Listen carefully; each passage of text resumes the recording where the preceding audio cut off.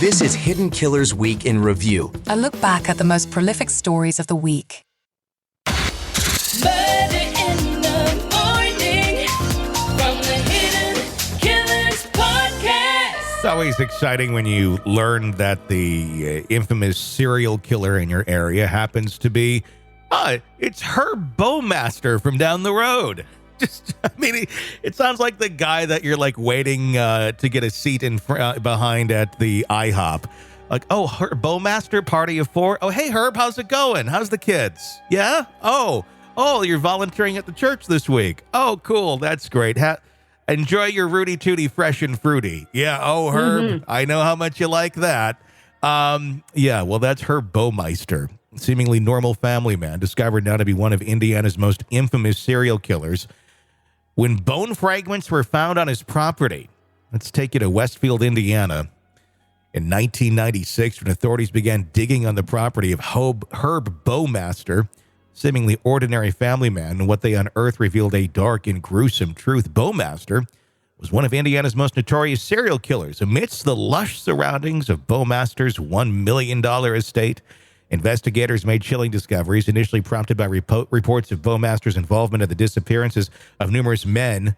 Officials uncovered hundreds and eventually thousands of bone fragments buried on the 18-acre property.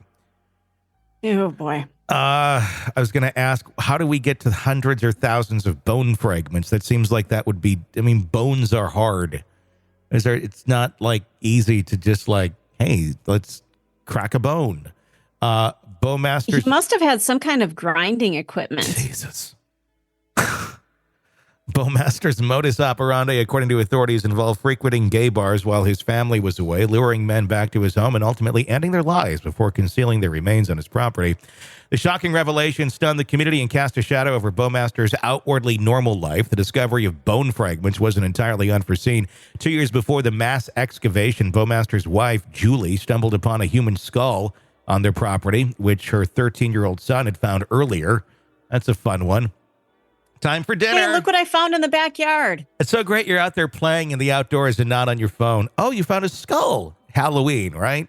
Baumeister dismissed her concerns, attributing the bones to a medical school skeleton gifted by his late father. However, Julie, that's a weird gift. I don't know if I would accept that or not. And have they taken a look at, was it really a medical school skeleton, or is this a family craft that's been handed down from generations? Julie, yeah, exactly. Julie's worst fears were realized when the true extent of the horrors on the property came to light. Less than 2 weeks after the bone fragments were found, Baumeister took his own life, depriving justice of ever being served. His suicide note offered no insight into the grisly discoveries made on his property, leaving many questions unanswered. The scope of Baumeister's crimes extend beyond the confines of his estate. Police linked him to the deaths of 9 individuals found on his property and suspected him of being the infamous I-70 strangler, responsible for 9 more deaths in Indiana and Ohio. Baumeister's reign of terror left families shattered and communities in disbelief. Decades later, the Hamilton County Coroner's Office continues the painstaking task of identifying the remains recovered from Baumeister's property. Recent advancements in DNA technology have allowed for the identification of victims, often offering closure to families who have long awaited answers. Among those seeking closure is Eric Prager, whose submission of DNA samples helped identify his cousin as one of Baumeister's victims. The bittersweet revelation underscores the lasting impact of Baumeister's crimes and the enduring quest for justice. It's disturbing. So I'm wondering, this has got to be a property that probably is not going to sell very well. It's a $1 million estate, they're calling it. And now it's basically a cemetery is what it sounds like. So is that a zoning issue now? How does that work? Because are you ever going to get it all up? I guess that's the next question. It's essentially an archaeological dig at this point.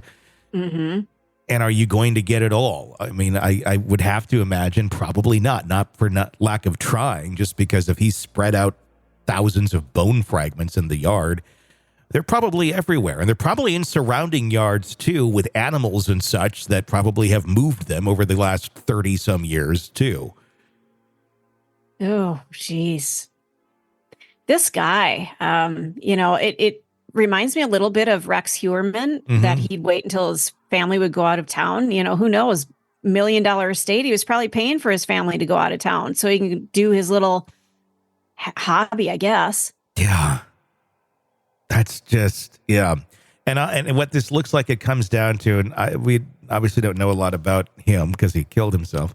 I'm going to guess he himself was gay and had a very huge self-hatred towards himself. And so he felt the best way to deal with that is to rid the world of gay people. And that would somehow atone for his own feelings of that being wrong. I mean, it's very Dahmerish, you know. And I was thinking that as well. It screams of, I'm ashamed of myself, but I still want to do these things, but then I need to deal with it after I've done it. Yeah, and that's how, unfortunately, serial killers and psychopaths and sociopaths and such work when they have that extreme self-hatred, rather than just be, and I know we're talking a different world in 1996 than it is today, so it's not always just the easiest to say, just be proud of yourself and be good and you know, and find the community that works for you and that you're happy with. Some people just go into self-loathing and fall into this horrible trap of doing this horrible thing many times over. It's you know, it's sad that we had a world where, or still do in many ways, where people feel that they have to repress who they are, but then again also repress it to such an extent that it comes out in this sort of way. And that's Imagine really, if things could have been different, like for Dahmer. I mean, let's say there wasn't any shame and things like that. And maybe this guy. Yeah. You know, hundreds of people might still be alive and living their lives. And it's just, you know, I get it. There's a lot of strong feelings out there, but there are some people who can't handle this. Yeah. And it just comes, like you said, flying out sideways and just destroys other lives. I mean, anything that you repress for a long time will come back out in a very negative way, especially if it was something that you view as negative. And in no way am I saying being gay is negative, because it's not. But I'm saying he viewed it that way. And I'm guessing people around him viewed it that way. So his interpersonal dynamics and the society dynamics at that moment in time around him made him feel that this was very wrong. But I mean, it could be anything. It can be just somebody being abused in some way, shape, or form, mentally, physically, especially mentally, where it's just you get beat down, and you just, oh, this is the way it goes. And then eventually it's like, oh, shit, this is not the way it should be going. This isn't true of myself. And then they identify that, and then it comes out, and it comes out in weird ways. And sometimes it comes out in ways of, you know, or people will shield that with addiction. Sometimes people will shield that in acting out certain ways. And clearly this guy did it by acting out in very, very horrible ways. But it's always better just to deal with shit as it happens. Not the easiest thing to do. Much easier said than done, I know. But letting that shit go forever, that's how you get this sort of insanity that blows out. Can't imagine being that family. I feel horrible for them. But what a story that son must tell today of, when I was 13, I found a skull on the property. Turns out my dad was a serial killer. Hey, how are you doing? It's nice to meet you here on Bumble.